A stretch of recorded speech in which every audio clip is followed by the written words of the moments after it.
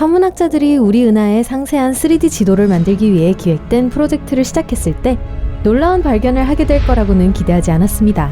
하지만 바로 그런 일이 일어났죠. 그해 초 하버드 과학자 아나 보나카 박사는 우리 은하의 항성 스트림에서 이상한 움직임을 발견했습니다. 항성 스트림은 은하를 통해 함께 움직이는 별들의 흐름입니다. 우리가 말하는 이 별 줄기는 GD1이라고 불리며 우리 하늘을 가로질러 멋지게 일렬로 뻗어 있어요. 이 별 줄기는 우리 은하의 중력에 의해 늘어난 응집력 있는 선이었어요. 어느 날 보나카 박사가 그 안에서 틈을 발견했고 이 틈은 가장자리가 이상하게 너덜너덜했어요. 마치 최근에 무섭게 거대한 무언가가 항성 스트림을 뚫고 지나간 것처럼 보였습니다. 이 물체의 중력의 순전한 힘은 너무 거대해서 그 여파가 별들을 끌어당겼습니다.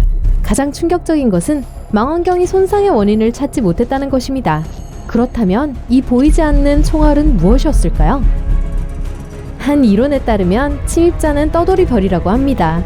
하지만 보나카 박사에 따르면 이 구멍은 현존하는 어떤 별보다 훨씬 큽니다. 우리 태양보다 100만 배는 더 클 거예요. 좋아요. 만약 우리 은하 중심에 있는 초대 질량 블랙홀과 비슷한 것에 의해 우리 은하에 구멍이 난 거라면요? 이 두 블랙홀이 너무 가까이 접근하면 서로의 중력을 벗어날 수 없게 됩니다. 그러면 충돌이 불가피할 수도 있어요. 그러면 두 블랙홀 중 더 강한 것이 약한 것을 흡수해서 하나의 엄청나게 거대한 블랙홀이 나타날 것입니다. 하지만 사람들은 아직 블랙홀의 충돌을 목격하지 못했어요. 게다가 과학자들은 이러한 충돌의 결과를 예측할 수 없었어요. 강력한 컴퓨터로 시뮬레이션 했음에도 불구하고요. 유일하게 분명한 사실은 이것이 엄청난 양의 에너지를 생산할 수 있다는 것입니다. 거대한 파장이 우주 전체를 휩쓸고 지나가게 되고 결국 지구에도 도달하게 될 거예요. 반면에 한 은하에 있는 두 개의 블랙홀은 충돌은 불가능할 수도 있어요. 상상해보세요. 태양 질량의 수억 배나 되는 초대 질량 블랙홀이 놀라운 속도로 은하수 중심에서 회전하고 있습니다. 또 하나의 회전하는 블랙홀이 우리 블랙홀에 접근합니다. 어떻게 될 것 같으세요?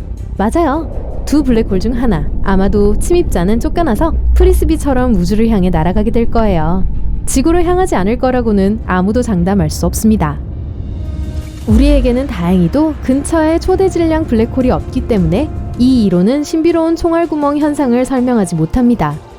보나카 박사는 여전히 침입자가 빛을 발하는 별과 같은 물체일 가능성을 배제하지 않고 있습니다. 우리 은하에 구멍을 뚫은 후 은하 어딘가에 숨어 있을 수 있습니다.